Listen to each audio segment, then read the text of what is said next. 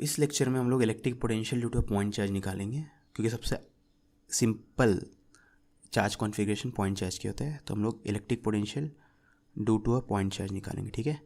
अब ऑल्दो मैंने explicitly mention नहीं किया था, लेकिन प्रीवियस लेक्चर में जब मैंने इलेक्ट्रिक पोटेंशियल डिफाइन किया था तो आप देख सकते हो इलेक्ट्रिक पोटेंशियल के मैंने सिंपल वी यूज़ किया था। वी के ऊपर कोई वेक्टर साइन नहीं है, यानी ये स्केलर था, ठीक है। और आप इससे भी देख सकते हो ये वर्क डन है, ई डॉट डी एस है ना, तो ये डॉट प्रोडक्ट है, डॉट प्रोडक्ट आपका स्केलर होता है, ठीक है।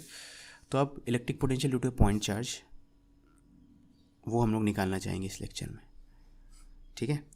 ओके, तो मान लो आपके पास यहाँ पे एक पॉइंट चार्ज है Q, है ना, सॉरी ये दिख नहीं रहा है, हाँ यहाँ पे एक पॉइंट चार्ज है आपके पास Q, ठीक है। और इससे दूर एक पॉइंट है, R डिस्टेंस दूर एक पॉइंट है जिसका नाम है P। आप निकालना चाहते हो electric potential at point P, ठीक है। आप क्या निकालना चाहते हो, पॉइंट P पे इलेक्ट्रिक पोटेंशियल कितना होगा, है ना। तो due to a point charge at a distance R from it electric potential क्या होगा, ठीक है ना। तो डेफिनेशन की अगर बात करें तो इलेक्ट्रिक पोटेंशियल का डेफिनेशन क्या था, पॉइंट P से इन्फिनिटी तक जाना है हमें और ई डॉट डी एस का इंटीग्रेशन करना है, ठीक है ना। तो पॉइंट P ये है, पॉइंट P से इन्फिनिटी मान लो ये वाला पॉइंट है, तो यहाँ से यहाँ तक जाना है। अब किसी भी रास्ते से जा सकते हैं, एनी पाथ बोला गया तो मैं स्ट्रेट लाइन पाथ यूज़ कर रहा हूँ, ठीक है। तो हम लोग पॉइंट P से इन्फिनिटी तक जाते वक्त ई डॉट डी एस का इंटीग्रेशन काउंट करेंगे, ठीक है ना। तो मान लेते हैं इसको, अब क्योंकि इलेक्ट्रिक फील्ड जो है डिस्टेंस पे डिपेंड करता है, तो ये इंटीग्रेशन जो है आपको स्मॉल, मतलब ये पहले आपको स्मॉल पार्ट के लिए आपको ई डॉट डी एस निकालना होगा, फिर इसका इंटीग्रेशन करना होगा, ठीक है ना। तो मान लेते हैं किसी टाइम पे जो आप यहाँ पे पहुँच चुके हो, है ना, ये बेसिकली क्या है, यहाँ से यहाँ जाना है ना, और यहाँ से यहाँ जाते वक्त ई डॉट डी एस करना है ना। तो यहाँ पे पहुँच चुके हो, तो यहाँ पे इलेक्ट्रिक फील्ड का वैल्यू है ई, और यहाँ पे स्मॉल डिस्प्लेसमेंट कितना है डी एस, ठीक है। तो क्योंकि ई और डी एस दोनों के दोनों सेम डायरेक्शन में है, तो आप ई डॉट डी एस जब बोलोगे तो E D S cos zero बोलोगे, ठीक है। ओके, अब इस पॉइंट का चार्ज Q से दूरी मान लेते कितना x है, तो इलेक्ट्रिक फील्ड का वैल्यू हो जाएगा K Q bye x square. ध्यान देना, क्योंकि सिंगल पॉइंट चार्ज है तो इलेक्ट्रिक फील्ड में बस एक ही चार्ज का वो कॉन्ट्रीब्यूशन आएगा, के क्यू बाय एक्स स्क्वायर, ठीक है ना।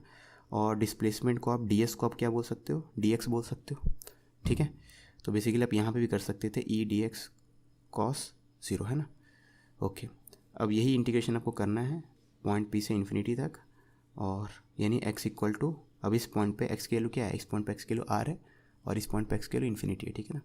ये वाला पॉइंट पे x देखना, आप x यहाँ से नाप रहे थे, चार्ज से नाप रहे थे, तो आप जो इंटीग्रेशन कर रहे हो पॉइंट P से इन्फिनिटी तक कर रहे हो ना, तो पॉइंट P पे x की वैल्यू r है और इन्फिनिटी पे x की वैल्यू इन्फिनिटी है, तो r टू इन्फिनिटी, ठीक है।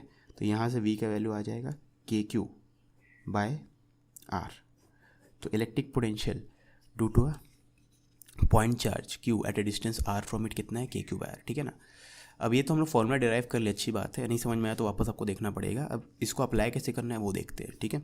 तो मान लो आपके पास यहाँ पे 2 कूलम चार्ज है, ठीक है ना, और उससे 5 मीटर दूर आपको इलेक्ट्रिक पोटेंशियल बताना है, ठीक है ना। तो इलेक्ट्रिक पोटेंशियल का फॉर्मूला क्या है, के क्यू बाय, के की वैल्यू है इतना, चार्ज कितना है 2, के क्यू बाय डिस्टेंस 5, ठीक है। तो 18/5 आपका हो जाएगा 3.6 इंटू 10 की पावर 9, ठीक है। और ऑफकोर्स इसका यूनिट क्या आ जाएगा, work done per unit charge है तो जूल पर कूलम, और इसको वोल्ट भी बोलते हैं, ठीक है। This is also called volt. तो 3.6 10 की पावर 9 जूल पर कूलम को हम लोग वोल्ट भी बोलते हैं, तो 3.6 इंटू 10 की पावर 9 वोल्ट, ठीक है। तो ये हो गया आपका electric potential at a distance of 5 metre from a charge plus 2 coulomb, है ना। अब ध्यान देना है कि इसका कोई डायरेक्शन नहीं है, ठीक है, क्योंकि बाय डेफिनेशन ये स्केलर है, तो आपको ये सोचना नहीं किस डायरेक्शन में, वो मैटर नहीं करता। बेसिकली व्हाट मैटर्स इज इतना वर्क करना पड़ेगा, अगर 1 कूलम चार्ज को इन्फिनिटी से इतना वर्क होगा बाय इलेक्ट्रिक फोर्स, अगर 1 कूलम चार्ज को इस पॉइंट से इन्फिनिटी तक ले जाया जाए, किसी पाथ के लॉन्ग आप ले जाओ, सीधा सीधा ले जाओ, टेढ़ा मेरे पास से ले जाओ, फ़र्क नहीं पड़ेगा, ठीक है ना। अब यही चीज़ हम लोग देखते हैं नेगेटिव चार्ज के लिए। तो अगर इसी क्वेश्चन में -2 कूलम यूज़ करते हैं, तो -2 कूलम से 5 मीटर दूर, ये डिफरेंट सिचुएशन है ना। ऊपर वाले सिचुएशन में सिर्फ +2 कूलम था, नीचे वाले सिचुएशन में सिर्फ -2 कूलम है। तो यहाँ पे के क्यू बाय आर ये आप करोगे तो -3.6 इंटू 10 की पावर 9 जूल पर कूलम, यानी 1 कूलम चार्ज को इन्फिनिटी इस पॉइंट से इन्फिनिटी तक ले जाने में ले जाने पर इलेक्ट्रिक फोर्स के कारण इतना वर्क होगा।